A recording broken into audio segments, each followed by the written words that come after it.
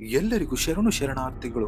ಆತ್ಮೀಯ ಶರಣು ಬಂಧುಗಳೇ, ಪಾಪ ಪುಣ್ಯಗಳೆಂಬ ಕರ್ಮ ದ್ವಯಗಳಿಂದ ನಿರ್ಲಿಪ್ತ ಪರಿಪೂರ್ಣ ವೈರಾಗ್ಯಶಾಲಿ ಮಾಯೆಯನ್ನು ಜಯಿಸಿದ ವೀರ ವಿರಕ್ತ ಅಂತರ್ಮುಖಿ ಜೀವನ ಮುಕ್ತ ನಿರಂಜನ ಮೂರ್ತಿ ಜಗಜ್ಜಂಗಮ ಅದ್ವಿತೀಯ ಮಹಾಪುರುಷರೆನಿಸಿಕೊಂಡ ಅಲ್ಲಮ ಪ್ರಭು ಅರ್ಥಾತ್ ಪ್ರಭುದೇವರ ಸಂಪೂರ್ಣ ಜೀವನ ಚರಿತ್ರೆಯನ್ನ ಬನ್ನಿ ಈ ಒಂದು ವಿಡಿಯೋದಲ್ಲಿ ತಿಳಿದುಕೊಳ್ಳೋಣ. ಶಿವಶರಣರಲ್ಲಿ ಅತ್ಯಂತ ಪ್ರಮುಖರೆನಿಸಿದ್ದು ಏಕೆ? ಬಸವಣ್ಣನವರು ಶೂನ್ಯ ಸಿಂಹಾಸನದ ಪೀಠಾಧ್ಯಕ್ಷರಾಗಿ ಇವರನ್ನು ಆಯ್ಕೆ ಮಾಡಿದ್ದು ಏಕೆ? ಅಲ್ಲಮ ಪ್ರಭುಗಳ ದೃಷ್ಟಿಯಲ್ಲಿ ಬಸವಣ್ಣನವರ ಕುರಿತು ಅಭಿಪ್ರಾಯವೇನು? ಶಿವಶರಣರ ಬಗ್ಗೆ ಅಲ್ಲಮ ಪ್ರಭುಗಳು ಆಡಿದ ಮಾತುಗಳಾವು? ಬನ್ನಿ ನೋಡೋಣ ಈ ಒಂದು ವಿಡಿಯೋದಲ್ಲಿ. ಆತ್ಮೀಯ ಶರಣು ಬಂಧುಗಳೇ, ತಮ್ಮಲ್ಲಿ ಒಂದು ಚಿಕ್ಕ ವಿನಂತಿ, ನೀವೇನಾದರೂ ಫಸ್ಟ್ ಟೈಮ್ ನಮ್ಮ ಚಾನೆಲ್ ಅನ್ನು ನೋಡ್ತಾ ಇದ್ದೀರಿ, ನಮ್ಮ ಚಾನೆಲ್ ಅನ್ನು ಸಬ್ಸ್ಕ್ರೈಬ್ ಮಾಡ್ಕೊಳ್ಳಿ. ಅಲ್ಲಮ ಪ್ರಭುಗಳು 12ನೆಯ ಶತಮಾನದಲ್ಲಿ ಈಗಿನ ಶಿವಮೊಗ್ಗ ಜಿಲ್ಲೆಯ ಶಿಕಾರಿಪುರ ತಾಲೂಕಿನ ಮಳ್ಳಿಗಾವಿ ಎಂಬ ಗ್ರಾಮದಲ್ಲಿ ಯುಗಾದಿ ಪಾಡ್ಯೆಯ ದಿನದಂದು ಜನಿಸಿದರು. ಆ ರಾಜ್ಯದ ಅರಸಿಯರಾದ ತಂದೆ ನಿರಹಂಕಾರಿ, ತಾಯಿ ಸುಜ್ಞಾನಿ. ಇವರು ಶಿವಭಕ್ತರಾಗಿದ್ದರು. ಅರಸು ಮನೆತನದಲ್ಲಿ ಜನಿಸಿದ ಪ್ರಭುದೇವರಿಗೆ ಎಲ್ಲ ಬಗೆಯ ಶಿಕ್ಷಣಗಳು ಬಾಲ್ಯದಲ್ಲಿಯೇ ದೊರೆತವು. ಸಂಗೀತ ಶಾಸ್ತ್ರದಲ್ಲಿ ಪಾರಂಗತರಾದುದರಲ್ಲದೆ ವೀಣಾ, ಮೃದಂಗವಾದನ ಹಾಗೂ ಭರತನಾಟ್ಯಗಳಲ್ಲಿಯೂ ಪ್ರವೀಣರಾದರು. ಆದರೆ ದಿನಗಳದಂತೆ ಅವರಲ್ಲಿ ವೈರಾಗ್ಯವು ತಲೆದೂರ ಹತ್ತಿತು. ಏಕಾಂತವಾಸವು ಹೆಚ್ಚು ಸೇರ ಹತ್ತಿತು. ಸಂಸಾರವೇ ನಿಸ್ಸಾರವೆಂದು ಬಗೆದರು. ಅವರ ಈ ಭಾವನೆಯು ಕೇವಲ ಭಾವನೆಯಾಗಿಯೇ ಉಳಿಯಲಿಲ್ಲ. ಮುಂದೆ ಅವರ ತಂದೆ ತಾಯಿಗಳು ವಿವಾಹದ ಪ್ರಯತ್ನದಲ್ಲಿರಲು ಮದುವೆಯಾಗಲಿಚ್ಛಿಸದೆ ರಾಜಭೋಗಗಳನ್ನು ತ್ಯಜಿಸಿ ಅರಣ್ಯವನ್ನು ಸೇರಿದರು. ರಾಜವಂಶದಲ್ಲಿ ಜನಿಸಿ ಅಷ್ಟೈಶ್ವರ್ಯಗಳ ಸುಖಭೋಗಗಳನ್ನು ಅನುಭವಿಸಿ ಮದುವೆಯಾಗಿ ಸಂಸಾರ ಸುಖವನ್ನು ಕಂಡು ಪುತ್ರ ಪ್ರೇಮವನ್ನು ಹೊಂದಿ ಕೊನೆಗೆ ವಯಸ್ಸು ತುಂಬಿದಾಗ ಸಂಸಾರವು ಹೇಯವೆಂದು ಬಗೆದು ಅದು ತಾರುಣ್ಯದಲ್ಲಿ ಆಗಲಿ ವೃದ್ಧಾಪ್ಯದಲ್ಲಿ ಆಗಲಿ ಅರಣ್ಯವನ್ನು ಸೇರುವುದು ಸುಲಭ. ಆದರೆ ಎಲ್ಲ ತರಹದ ಅನುಕೂಲತೆಗಳಿದ್ದರೂ ಯಾವುದನ್ನು ಉಪಯೋಗಿಸಲಿಚ್ಛಿಸದೆ ಎಲ್ಲವನ್ನು ತೊರೆದು ವೀರ ವಿರಕ್ತನಂತೆ ಅರಣ್ಯವನ್ನು ಸೇರುವುದು ಪ್ರಭುದೇವರಂತ ಎಂಟದೆಯವರಿಗೆ ಮಾತ್ರ ಸಾಧ್ಯ. 18 ತುಂಬುವ ಯೌವನದಲ್ಲಿಯೇ ಪ್ರಭುದೇವರು ವಿರಾಗಿಗಳಾದರು. ಆಗ ಅವರು ತಮ್ಮ ಜೊತೆಗೆ ಮದ್ದಳೆಯೊಂದನ್ನು ಮಾತ್ರ ತೆಗೆದುಕೊಂಡು ಹೊರಟಿದ್ದರು. ಮಾರ್ಗದಲ್ಲಿ ಅವರಿಗೆ ನಾನಾ ಬಗೆಯ ಬೂಟಾಟಿಕೆಯ ಬೈರಾಗಿಗಳು ದೊರೆತರು. ಅಂತಹ ಬೈರಾಗಿಗಳು ಅರಿಯದೆ ಮಾಡುತ್ತಿರುವ ಮೂರ್ಖತನಕ್ಕಾಗಿ ಮನದಲ್ಲಿಯೇ ಮರುಗಿದರು. ಅದರಂತೆ ಒಬ್ಬಂಟಿಗರಾಗಿ ಅರಣ್ಯದೊಳಗೆ ತಿರುಗುತ್ತಿರುವಾಗ ಪಕ್ಷಿಗಳ ಹಾಡಿನೊಂದಿಗೆ ಓಂಕಾರದ ಮಾಧುರ್ಯವನ್ನು ಕಂಡು ಆನಂದದಿಂದ ಮೈಮರೆಯುತ್ತಿದ್ದರು. ಈ ರೀತಿಯಾಗಿ ಶಿವನ ಚಿಂತೆಯಲ್ಲಿ ತದಾತ್ಮ ಹೊಂದುತ್ತಾ ಪ್ರಭುದೇವರು ನಿರ್ದೇಹಿಯಾಗಿ ಸಂಚರಿಸಬಹುದಾದಂತಹ ಶಕ್ತಿಯನ್ನು ಪಡೆದರು. ಇಂತಹ ಸಾಕ್ಷಾತ್ಕಾರವನ್ನು ಪಡೆದ ನಂತರ ಅವರು ಪರ್ಯಟನ ಮಾಡುತ್ತಾ ಬನವಾಸಿಯಲ್ಲಿರುವ ಮಧುಕೇಶ್ವರನ ದೇವಾಲಯಕ್ಕೆ ಹೋಗಿ ತಮ್ಮ ನೆಚ್ಚಿನ ಮದ್ದಳೆಯನ್ನು ಬಾರಿಸುತ್ತಾ ಅದರಲ್ಲಿಯೇ ತಲ್ಲೀನರಾಗಿ ಕುಳಿತು ಬಿಟ್ಟರು. ಆ ಸಮಯದಲ್ಲಿ ಮಾಯಾದೇವಿಯು ಮಂದಿರದೊಳಗೆ ಮಧುಕೇಶ್ವರನಲ್ಲಿ ತನ್ನ ನಾಟ್ಯ ಸೇವೆಯನ್ನು ಸಲ್ಲಿಸುತ್ತಿದ್ದಳು. ಮಾಯೆಯು ಅದೇ ಊರಿನ ಅಂದರೆ ಬನವಾಸಿಯ ಅರಸಿಯರಾದ ಮಮಕಾರ ಮೋಹಿನಿಯರೆಂಬ ದಂಪತಿಗಳ ಉದರದಲ್ಲಿ ಜನಿಸಿದಳು. ಮಾಯೆಯು ಜನನವಾದಾಗ ಜಪ ತಪಗಳ ಸಮಾಧಿಯಲ್ಲಿರುವ ತಪಸ್ವಿಗಳ ಚಿತ್ತವು ಕಾಮ ಮೋಹಿತರಾಗಿದ್ದವು. ಅಷ್ಟೊಂದು ಸೌಂದರ್ಯವತಿಯಾಗಿದ್ದಳು ಮಾಯೆ. ದಿನಗಳೆದಂತೆ ಸೃದ್ರೂಪಿಯಾಗಿ ಯೌವನೆ ಆಗಿರಲು ತಕ್ಕ ವರನು ಸಿಗಲಾರದೆ ಮಮಕಾರ ಭೂಪಾಲನು ವಿವೇಚನೆಗೊಳಗಾಗಿದ್ದನು. ಆದರೆ ಅವನ ಕುಲ ಗುರುವಾದ ಅಹಂಕಾರನು ಅವನ ಚಿಂತೆಯು ಪರಿಹಾರವಾಗುವಂತಹ ಒಂದು ಮಾರ್ಗವನ್ನು ಮಾಯೆಗೆ ತೋರಿಸಿಕೊಟ್ಟನು. ಅಂದರೆ ಮಾಯೆಗೆ ಶಿವನೇ ಯೋಗ್ಯವಾದ ಪತಿ, ಅವನ ಹೊರತು ಇನ್ನಾರು ಅವಳಿಗೆ ಯೋಗ್ಯರಾರು ಎಂದು ಹೇಳಿ ಶಿವನನ್ನು ಒಲಿಸಿಕೊಳ್ಳುವ ಮಂತ್ರವೊಂದನ್ನು ಮಾಯೆಗೆ ತಿಳಿಸಿ, ನೀನು ಪ್ರತಿದಿನವೂ ಮಧುಕೇಶ್ವರನ ಸನ್ನಿಧಿಗೆ ಹೋಗಿ ಅವನಿಗೆ ಕುಣಿತದ ಸೇವೆಯನ್ನು ಸಲ್ಲಿಸಿ ಬಾ. ಅಂದರೆ ನಟರಾಜನಾದ ಆ ನೀಲಕಂಠನು ನಿನಗೆ ಸಹಜವಾಗಿಯೇ ಒಲಿಯುವನು, ನಿನಗೆ ಕಲ್ಯಾಣವಾಗುವುದು ಎಂದು ಆಶೀರ್ವದಿಸಿದ್ದನು. ಅದೇ ರೀತಿಯಾಗಿ ಅವಳು ಲಾಸ್ಯ ಸೇವೆಯನ್ನು ಮಾಡುತ್ತಿರುವಾಗ ಮಂದಿರದ ಹೊರಗಡೆ ಯಾರೋ ಮದ್ದಳೆ ಬಾರಿಸುತ್ತಿರುವ ಶಬ್ದ ಕೇಳಿ ಬಂದಿತು. ಮದ್ದಳೆಯ ಆ ಶಬ್ದಕ್ಕೆ ಮಾಯೆಯು ಮಾರಿ ಹೋದಳು. ಯಾರು ಬಾರಿಸುತ್ತಿರುವರೆಂದು ಅರಿತುಕೊಳ್ಳಲು ಬಾರಿಸುತ್ತಿರುವವರನ್ನು ಕರೆತನ್ನಿ ಎಂದು ತನ್ನ ಸೇವಕರಿಗೆ ಆಜ್ಞಾಪಿಸಿದಳು. ಪ್ರಭುದೇವರು ಮಂದಿರದೊಳಗೆ ಪ್ರವೇಶಿಸುತ್ತಲೇ ಕಾಮನಂತಹ ಅವರ ರೂಪವನ್ನು ಕಂಡು ಮಾಯೆಯು ಮೋಹ ಪರವಶಳಾದಳು. ಅವರನ್ನು ಅರಮನೆಗೆ ಕರೆದೊಯ್ದಳು. ಅವರಿಂದ ತಾನು ನಾಟ್ಯವನ್ನು ವಿದ್ಯೆಯನ್ನು ಕಲಿಯಬೇಕೆಂದು ತಂದೆ ತಾಯಿಗಳಿಗೆ ತಿಳಿಸಿದಳು. ಆದರೆ ಅವಳಿಗೆ ಪ್ರಭುದೇವರ ಮೋಹ ಆವರಿಸಿಬಿಟ್ಟಿತ್ತು. ಅವರನ್ನು ತನ್ನ ಕಡೆಗೆ ಸೆಳೆದುಕೊಳ್ಳಬೇಕೆಂದು ಸಾಕಷ್ಟು ಪ್ರಯತ್ನಿಸಿದಳು.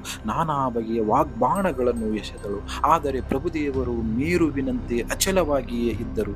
ನಿರಾಶಳಾದ ಮಾಯೆಯು ತನ್ನ ಗೆಳತಿಯಾದ ಪ್ರಮೀಳೆಯನ್ನು ಸಂಧಾನಕ್ಕೆ ಪ್ರಯತ್ನಿಸಲು ಹೇಳಿದಳು. ಇದರ ಉಪಟಳಕ್ಕೆ ಬೇಸತ್ತ ಪ್ರಭುದೇವರು ಅರಮನೆಯನ್ನು ತ್ಯಜಿಸಿ ಮತ್ತೆ ಕಾನನವನ್ನು ಸೇರಿದರು. ಪ್ರಮೀಳೆಯು ತನ್ನೊಡತಿ ಮಾಯೆಗಿಂತ ಚಪಲೆಯಾಗಿದ್ದಳು. ಅವಳೊಂದಿಗೆ ಪ್ರಭುದೇವರ ಬೆನ್ನು ಹತ್ತಿ ಕಾನನಕ್ಕೂ ನಡೆದು ಅವರನ್ನು ಸಂಧಿಸಿ ಮಾಯಾದೇವಿಯನ್ನು ನಿನ್ನಲ್ಲಿ ಅನುರಕ್ತಳಾಗುವಂತೆ ಮಾಡಿ ಈಗ ಈ ರೀತಿ ವಂಚಿಸಿ ಹೋಗುವುದು ಸರಿಯೇ ಎಂದು ಕೇಳಿದರು. ಅದಕ್ಕೆ ಪ್ರಭುದೇವರು, ನನ್ನನ್ನು ಬಯಸಲು ಅವಳಿಗೆ ಹೇಳಿದವರಾರು? ಇದರಲ್ಲಿ ಅವಳ ತಪ್ಪಿದೆಯೇ ವಿನಃ ನನ್ನ ತಪ್ಪಲ್ಲ. ನಾಟ್ಯ ರಾಣಿಯಾದ ಅವಳಿಗೆ ಪರಮ ತತ್ವದ ಜ್ಞಾನವಿಲ್ಲ ಎಂದು ನುಡಿದು ಅಲ್ಲಿಂದ ಹೊರಟು ಬಿಟ್ಟರು. ಅವರ ಅಪೂರ್ವ ವೈರಾಗ್ಯಕ್ಕೆ ಮೆಚ್ಚಿದ ಮಾಯೆಯು ತನ್ನ ಗೆಳತಿ ಪ್ರಮೀಳೆಯೊಂದಿಗೆ ಮರುಳಿದಳು. ಮುಂದೆ ಪ್ರಭುದೇವರು ಹೊರಟಿರಲು ಲಕ್ಕುಂಡಿಯಲ್ಲಿ ಮುಕ್ತಾಯಕ್ಕನೆಂಬ ಶಿವಶರಣೆಯನ್ನು ಸಂದರ್ಶಿಸಿದರು.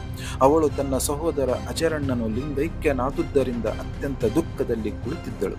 ಪ್ರಭುದೇವರು ಅಲ್ಲಿಗೆ ಹೋಗಿ, ಶಿವಶರಣರಿಗೆ ಮರಣವಿಲ್ಲವೆಂದು, ಅವರು ಲಿಂಗೈಕ್ಯರಾಗುವರು, ಅವರು ನಿತ್ಯರು, ಅಂಥವರಿಗಾಗಿ ದುಃಖ ಪಡುವ ಕಾರಣವಿಲ್ಲ, ದುಃಖಿಸಲೇಬಾರದು ಎಂದು ಅವಳನ್ನು ಸಂತೈಸಿ ಉಪದೇಶವನ್ನಿತ್ತು ಅಲ್ಲಿಂದ ಮುಂದೆ ಹೊರಡುವರು.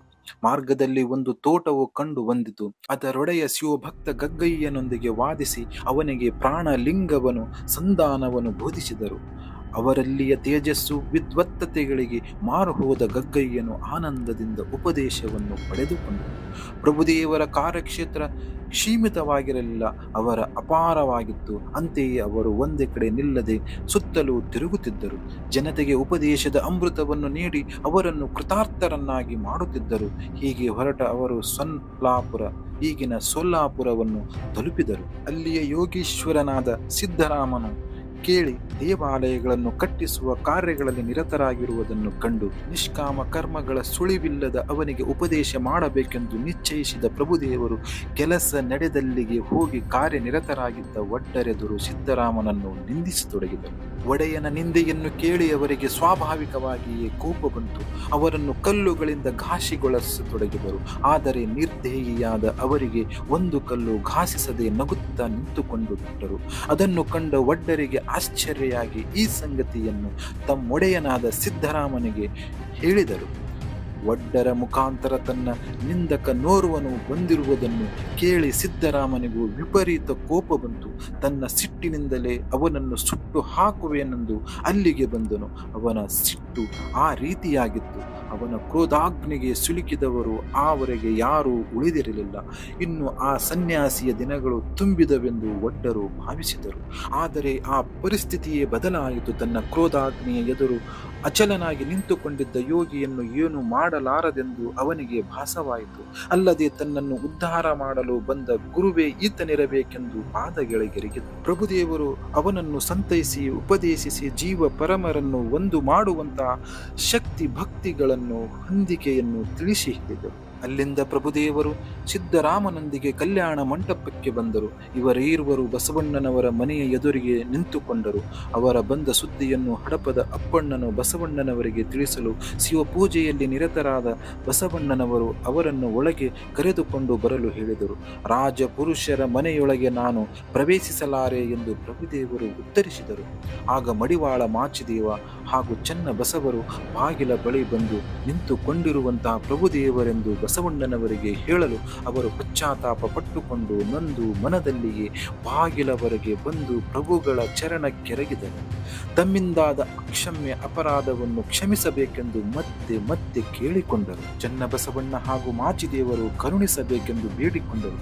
ಭಕ್ತ ವತ್ಸಲರಾದ ಪ್ರಭುದೇವರು ಅವರನ್ನು ಕರುಣಿಸಿ ಸಿದ್ಧರಾಮನೊಂದಿಗೆ ಒಳಗೆ ಪ್ರವೇಶಿಸಿದರು. ಅಲ್ಲಿ 12 ವರ್ಷಗಳಿಂದ ಗುಪ್ತವಾಗಿ ಶಿವಭಕ್ತಿಯಲ್ಲಿ ಲೀನನಾಗಿದ್ದ ಮರುಳ ಶಂಕರನೆಂಬ ಶಿವಶರಣನನ್ನು ಬಸವಣ್ಣನವರಿಗೆ ತೋರಿಸಿದನು. ಅನಂತರ ಪ್ರಭುದೇವರು ಬಸವಣ್ಣನವರ ಮನೆಯಲ್ಲಿಯೇ ಹಾಗೂ ಅನುಭವ ಮಂಟಪದಲ್ಲಿ ಬಸವಾದಿ ಶರಣರಿಗೆ ಇಷ್ಟಲಿಂಗದ ಗುಟ್ಟನ್ನು ಬೋಧಿಸಿ ಅದು ಪ್ರಾಣಲಿಂಗದ ನೆಲೆಯನ್ನು ಅರಿಯುವ ದಾರಿ ಎಂದು ಹೇಳಿದರು. ಅದೇ ಸಮಯಕ್ಕೆ ಉಡತಡಿಯ ಅಕ್ಕ ಮಹಾದೇವಿಯಕ್ಕ ಅಲ್ಲಿಗೆ ಬಂದಳು. ಚಿಕ್ಕ ವಯಸ್ಸಿನಲ್ಲಿಯೇ ಅವಳಲ್ಲಿ ಮೂಡಿದ ವೈರಾಗ್ಯವನ್ನು ಕಂಡು ಎಲ್ಲರೂ ಅವಳನ್ನು ಕೊಂಡಾಡಿದ್ದರು. ಪ್ರಭುದೇವರು ಅವಳಿಗೆ ನಾನಾ ಬಗೆಯ ಮಾರ್ಮಿಕ ಪ್ರಶ್ನೆಗಳನ್ನು ಕೇಳಿದರು. ಈ ಕುರಿತು ನಾನು ಈಗಾಗಲೇ ಅಕ್ಕ ಮಹಾದೇವಿಯ ಜೀವನ ಚರಿತ್ರೆ ವಿಡಿಯೋವನ್ನು ಮಾಡಿದ್ದೇನೆ, ಅಲ್ಲಿ ನೀವು ಅದನ್ನು ಕಾಣಬಹುದು. ಕೊನೆಗೆ ಅವಳು ನಿಜಕ್ಕೂ ತಮ್ಮ ದೇಹದ ಸ್ವಾಭಿಮಾನವನ್ನು ನೀಗಿಸಿದವಳು ಎಂದು ಅರಿತುಕೊಂಡು ಅವಳಿಗೆ ಉಪದೇಶ ಮಾಡಿ ಶ್ರೀಗಿರಿಯ ಕದಳಿ ಬನಕ್ಕೆ ಹೋಗಲು ಆಜ್ಞೆಯನ್ನಿತ್ತರು. ಕಲ್ಯಾಣದ ಎಲ್ಲ ಶರಣರಿಂದ ಬೀಳ್ಕೊಂಡ ಅಕ್ಕ ಮಹಾದೇವಿಗೆ ಪ್ರಭುದೇವರು ನಾನೆಂಬ ಭಯ ಸಂಗವಳಿದು ನಾನು ತಾನಾದ ತ್ರಿಕೂಟವೆಂಬ ಮಹಾಗಿರಿಯ ತುಟ್ಟ ತುದಿಯ ಮೆಟ್ಟಿ ನೋಡಲು ಬಟ್ಟ ಬಯಲು ಕಾಣಬಹುದಾ ನೋಡ, ಆ ಬಯಲ ಬೆರೆಸುವರೆ ತ್ರಿರೋಟ ಗಿರಿಯೊಳಗೊಂದು ಕಾಣಬಾರದ ಕದಳಿಯುಂಟು ನೋಡ, ಆ ಕದಳಿಯ ಬನದಲ್ಲಿ ಒಳ ಹೊಕ್ಕು ನೋಡಲು ತೊಳಗಿ ಬೆಳಗುವ ಜ್ಯೋತಿಯುಂಟು ನೋಡ, ನಡೆ ಎಲ್ಲಿಗೆ ತಾಯಿ ಗುಹೇಶ್ವರ ಲಿಂಗದಲ್ಲಿ ಪರಮ ಪದವಿ ನಿನಗೆ ಸ್ವಯವಹದು ನೋಡ ಎಂದು ಮಾರ್ಗ ತೋರಿಸಿದ ಕದಳಿಯ ಬನದತ್ತ ಸಾಗಿದರು. ಅನಂತರವೂ ಪ್ರಭುದೇವರು ಕೆಲ ದಿನಗಳವರೆಗೆ ಕಲ್ಯಾಣದಲ್ಲಿದ್ದುಕೊಂಡು ಶಿವಶರಣರಿಗೆ ಲಿಂಗ ದೀಕ್ಷೆ ಹಾಗೂ ಅದರ ರಹಸ್ಯಗಳನ್ನು ಬೋಧಿಸಿ ಎಲ್ಲರೂ ಆ ತತ್ವ ಸಾಧನೆಯಲ್ಲಿಯೇ ನಿರತರಾಗಬೇಕೆಂದು ಹೇಳಿ ತಾವು ಮತ್ತೊಂದು ಸಲ ಕಲ್ಯಾಣಕ್ಕೆ ಬರುವುದಾಗಿಯೂ ನುಡಿದು ಕಲ್ಯಾಣದಿಂದ ಹೊರಟರು. ಇತ್ತ ಬಸವಣ್ಣನವರು ಕಲ್ಯಾಣ ಮಂಟಪದಲ್ಲಿ ಶೂನ್ಯ ಸಿಂಹಾಸನವನ್ನು ರಚಿಸಿ ಪ್ರಭುದೇವರ ಪ್ರತೀಕ್ಷೆಯಲ್ಲಿ ಕುಳಿತುಕೊಂಡಿದ್ದರು. ಪ್ರಭುದೇವರಿಗೆ ಬಸವಣ್ಣನವರನ್ನು ಪರೀಕ್ಷಿಸಬೇಕೆಂದು ಚಪಲ ಉಂಟಾಯಿತು. ಕೂಡಲೇ ಅವರು ಕಿವು ರಕ್ತದೊಂದಿಗೆ ಸೋರುತ್ತಾ ದುರ್ಗಂಧ ವಾಸನೆಯುಕ್ತ ದೇಹಧಾರಿಗಳಾಗಿ ಕಲ್ಯಾಣಕ್ಕೆ ಆಗಮಿಸಿದರು.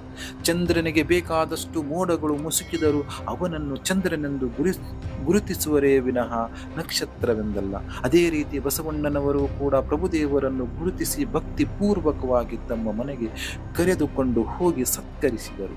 ಅನಂತರ ಪ್ರಭುದೇವರು ಶೂನ್ಯ ಸಿಂಹಾಸನವನ್ನು ಅಲಂಕರಿಸಿದರು. ನೆರೆದಿದ್ದ ಭಕ್ತರೆಲ್ಲ ಏಕಕಂಠದಿಂದ ಸ್ತೋತ್ರ ಮಾಡಿದರು. ಬಸವಣ್ಣನವರು ಕೂಡ ಆ ಆನಂದದಲ್ಲಿಯೇ ಮೈಮರೆತರು. ಆರೋಗಣೆಗೆಂದು ಬಂದ ಜಂಗಮರು ಬಸವಣ್ಣನು ತಮ್ಮನ್ನು ಕಡೆಗಿಣಿಸಿದನೆಂದು ಮುನಿಸಿ ಹೊರಟು ಹೋದರು. ಆಗ ಬಸವಣ್ಣನವರಿಗೆ ಅರಿವಾಗಿ ಪಶ್ಚಾತ್ತಾಪ ಪಡತೊಡಗಿದರು. ಮುಂದೇನು ಮಾಡಬೇಕು ಎಂದು ಯೋಚನೆಗೊಳಗಾದರು. ಇಷ್ಟಕ್ಕಾಗಿ ನೀನು ಚಿಂತಿಸಬೇಕಿಲ್ಲ, ನನಗೆ ಆರೋಗಣೆ ಮಾಡಿಸಿ ತೃಪ್ತಿಪಡಿಸು, ಅಂದರೆ ಎಲ್ಲ ಜಂಗಮರು ತೃಪ್ತರಾಗುವರು ಎಂದು ಪ್ರಭುದೇವರು ಹೇಳಲು ಹಾಗೆಯೇ ಆಗಲೆಂದು ಬಸವಣ್ಣನವರು ಆರೋಗಣೆಗೆ ಎಡೆ ಮಾಡಲು ಅಣಿಯಾಗುವರು. ಜಂಗಮರಿಗಾಗಿ ಮಾಡಿದಡಿಗೆ ಎಲ್ಲವನ್ನು ಪ್ರಭುದೇವರು ಭುಂಜಿಸಿ ಇನ್ನು ಹಸಿವು ಅಡಗಿಲ್ಲ ಎಂದರು. ಬಸವಣ್ಣನವರು ಚಿಂತಿತರಾದರು. ಆಗ ಪ್ರಭುದೇವರು ನಿನ್ನಲ್ಲಿಯ ದಾಸೋಹತ್ವದ ನೈಜವನ್ನು ಅರಿತುಕೊಳ್ಳಲು ಹೀಗೆ ಮಾಡಿದೆನು. ನಿನ್ನಲ್ಲಿ ನಾನು ಮಾಡಿಸುವೆನು, ನಾನು ಉಣ್ಣಿಸುವೆನು ಎಂಬ ಅಹಂಕಾರವಿಲ್ಲದಿದ್ದರೆ ನನಗೆ ಊಟವೇತಕ್ಕೆ ಆಯಿತು, ಜಂಗಮರನ್ನು ಊಟಕ್ಕೆ ಕರೆ ಎಂದು ಹೇಳಿದರು.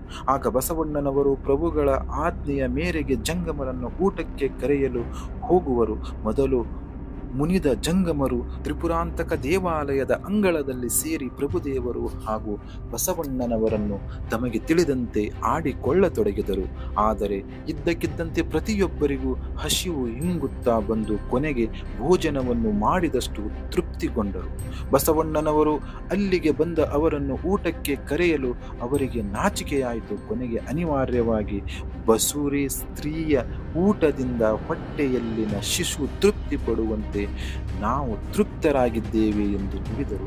ಬಸವಣ್ಣನವರಿಗೆ ಆನಂದಾಶ್ಚರ್ಯಗಳು ಏಕಕಾಲದಲ್ಲಿ ಉದ್ಭವಿಸಿದವು. ಅನಂತರ ಪ್ರಭುದೇವರು ಕೆಲವು ಕಾಲ ಕಲ್ಯಾಣದಲ್ಲಿಯೇ ನಿಂತು ಎಲ್ಲ ಶರಣರಿಗೂ ನಿಜ ಸಮಾಧಿ ಸ್ಥಿತಿಯನ್ನು ಬೋಧಿಸಿ ತಮ್ಮ ಲೀಲೆಯನ್ನು ಮುಗಿಸಿ ವಿರಮಿಸಬೇಕೆಂಬ ಉದ್ದೇಶದಿಂದ ಶ್ರೀಶೈಲಕ್ಕೆ ನಡೆದರು. ಕಾಲಭೈರವನು ಶ್ರೀಶೈಲದಲ್ಲಿ ಪ್ರಭುಗಳನ್ನು ಕಂಡು ಶಿವ ಸನ್ನಿಧಿಯನ್ನು ಸೇರುವ ಮಾರ್ಗವನ್ನು ಕದಳಿ ವನವನ್ನು ತೋರಿಸಿದನು. ಪ್ರಭುದೇವರು ಕದಳಿ ವನದಲ್ಲಿ ಬಯಲಾದರು. ತಮ್ಮ ಲೀಲೆಯನ್ನು ಮುಗಿಸಿ ಶಿವನಲ್ಲಿ ಸೇರಿ ಹೋದರು.